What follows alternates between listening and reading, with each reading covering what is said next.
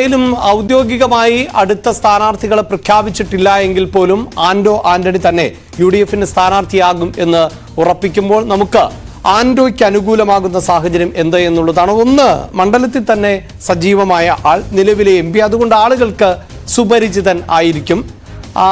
അത് എത്രത്തോളം ഗുണകരമാകും ഈ തെരഞ്ഞെടുപ്പിലും ആന്റോ ആന്റണിക്ക്? ആന്റോ ആന്റണി അവിടെ പൊതുവെ സ്വീകാര്യനായ ഒരാളാണ്. പ്രത്യേകിച്ച് ഈ റബ്ബർ കർഷകരുടെ പ്രശ്നങ്ങളും അത്തരം വിഷയങ്ങളും ഒക്കെ ഉയർത്തിക്കൊണ്ടുവരുന്നതിൽ അദ്ദേഹം എടുത്തിട്ടുള്ള പ്രവർത്തനങ്ങൾ അവിടെ പൊതുവെ അദ്ദേഹത്തിന് ഒരു അംഗീകാരമുണ്ട്, സഭയുടെ ഒരു പിന്തുണയുണ്ട്.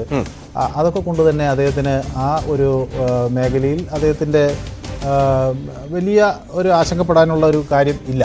അതേസമയം ഈ പൊതുവെ ഉണ്ടാകുന്ന ക്രിസ്ത്യൻ കമ്മ്യൂണിറ്റിയിൽ ഉണ്ടാകുന്ന മാറ്റങ്ങൾ, അവർ BJPയുമായി കൂടുതൽ അടുക്കുന്നുണ്ടോ എന്ന സംശയമൊക്കെ പല കോണുകളിൽ നിന്ന് ഉയർന്നുണ്ടല്ലോ.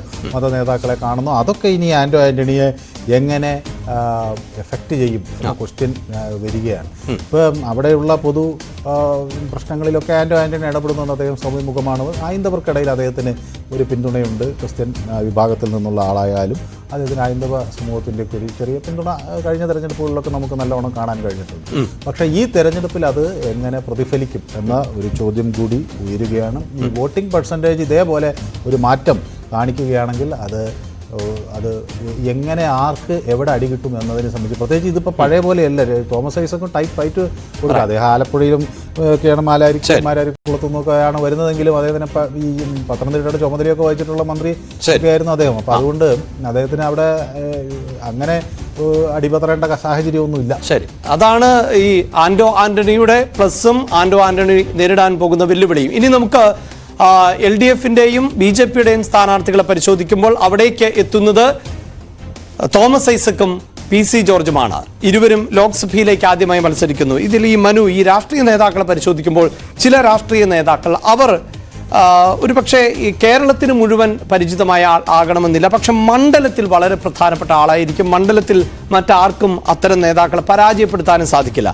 പക്ഷെ ഇവിടെ തോമസ് ഐസക്കും PC ജോർജുമാണ്. ഈ രണ്ടുപേരും കേരളത്തിലെ കാസർഗോഡ് മുതൽ തിരുവനന്തപുരം വരെയുള്ള ആളുകൾക്ക് പരിചിതമാകുന്ന, അത് പലതരത്തിലാണ് പരിചിതമായിട്ടുള്ളത്. രണ്ടുപേരും അങ്ങനെ രാഷ്ട്രീയത്തിൽ നിറഞ്ഞു നിൽക്കുന്ന ആളുകൾ കൂടിയാണ്. അതെ, അത് കേരളത്തിൽ അറിയപ്പെടുന്ന രണ്ട് നേതാക്കൾ. അപ്പോൾ പല MLA-മാരുടെയും പേര് മറ്റ് പല ജില്ലകളിലുള്ളവർക്ക് അങ്ങനെ പെട്ടെന്ന് അറിയാത്ത സാഹചര്യമൊക്കെ കേരളത്തിൽ 140 MLA-മാരുടെ പേര് എല്ലാവർക്കും അറിഞ്ഞുകൊള്ളണമെന്നുണ്ട്. പക്ഷേ ഈ രണ്ടുപേരുടെ പേര് ഏത് കൊച്ചുകുട്ടികൾക്കും അറിയാവുന്ന ഒരു ആളുകളാണ്. രണ്ട് സമുന്നതരായ നേതാക്കൾ എന്ന് തന്നെ നമുക്ക് പറയാൻ കഴിയും. തോമസ് ഐസക്ക് കുറെ കൂടി ഒരു ഇന്റലക്ച്വൽ ബേസുള്ള ആളാണ്. PC ജോർജ് ആകട്ടെ കുറെ കൂടി പ്രായോഗിക രാഷ്ട്രീയത്തിൻ്റെയൊക്കെ ആളാണ്. ഏത് തവണ അദ്ദേഹം പൂഞ്ഞാറിൽ നിന്ന് ജയിച്ചു. 80 തൊട്ട് അദ്ദേഹം ആ രംഗത്ത് അവിടെ ശക്തനായിട്ടുള്ള ഒരു ആളാണല്ലോ. അപ്പോൾ 77-ലാണ് ഇദ്ദേഹത്തിന് ഒരു രാഷ്ട്രീയ ഇരുമുന്നണികളെയും പരാജയപ്പെടുത്തിയൊക്കെ വിജയിച്ചിട്ടുണ്ട്. ഇൻഡിപെൻഡന്റ് ആയി 2001 അദ്ദേഹം ജയിച്ചിട്ടൊക്കെ. അപ്പോൾ സ്വതന്ത്രനായി ജയിക്കാൻ കഴിയും. പൂഞ്ഞാറിൽ അദ്ദേഹത്തിന് ആ സ്വാധീനമുണ്ട്. കഴിഞ്ഞ തെരഞ്ഞെടുപ്പിലാണ് അദ്ദേഹത്തിന് പിന്നെ ഒരു തിരിച്ചടി ഉണ്ടായത്. ചില പരാമർശങ്ങളൊക്കെ വലിയ തോതിൽ വിവാദമായി.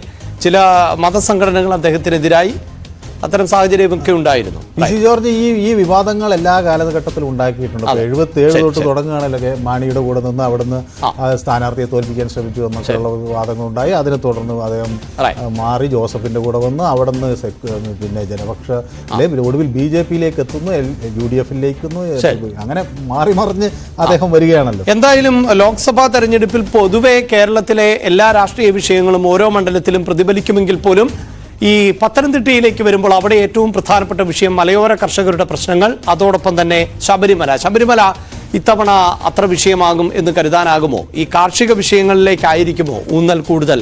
മനു, എനിക്ക് തോന്നുന്നത് കാർഷിക വിഷയങ്ങൾ വലിയ ചർച്ചയായി ക്രിസ്ത്യൻ കമ്മ്യൂണിറ്റിയുടെ ഇടയിൽ വന്നിട്ടുണ്ട്. തന്നെ നമ്മുടെ തലശ്ശേരി റബ്ബറിന്റെ താങ്ങുവില ആർച്ച് ബിഷപ്പ് ആ വിഷയം ഉന്നയിച്ചല്ലോ. റബ്ബറിന് വിലയില്ലാതെ ക്രൈസ്തവ സമൂഹത്തിന് അവരുടെ ഒരു സാമ്പത്തിക അടിത്തറ തന്നെ ബാധിക്കപ്പെടുന്ന ഒരു സാഹചര്യമാണ്. പ്രത്യേകിച്ച് ഈ കോട്ടയത്തെ ഈ കാഞ്ഞിരപ്പള്ളിയും അതുപോലെ പൂഞ്ഞാറിലും അതുപോലെ നമ്മുടെ ഈ പത്തനംതിട്ടയിലെ പല മേഖലകളിലുമൊക്കെ ഈ റബ്ബർ കർഷകരുടെ പ്രശ്നങ്ങൾ വളരെ പ്രധാനപ്പെട്ടതാണ്. അതിന് എന്ത് ഒരു നീക്കം ഉണ്ടാകുമെന്നത് BJPക്ക് പ്രത്യേകിച്ച് പറയാൻ കഴിഞ്ഞാൽ അത് ഒരു വലിയ ഒരു മാറ്റത്തിന് അവിടെ സാധ്യത തെളിക്കും എന്നാണ് ഞാൻ വിചാരിക്കുന്നത്. അതേസമയം ആന്റോ ആന്റണി ഇതിനുവേണ്ടി നേരത്തെ തന്നെ മുൻകൂട്ടി ചില കാര്യങ്ങളൊക്കെ ചെയ്തിട്ടുണ്ട്.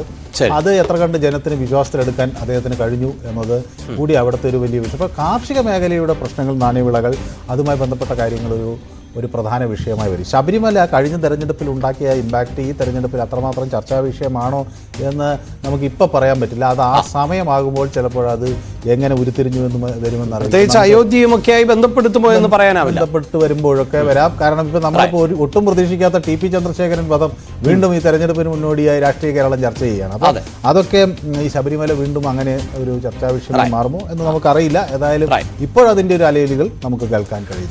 എന്തായാലും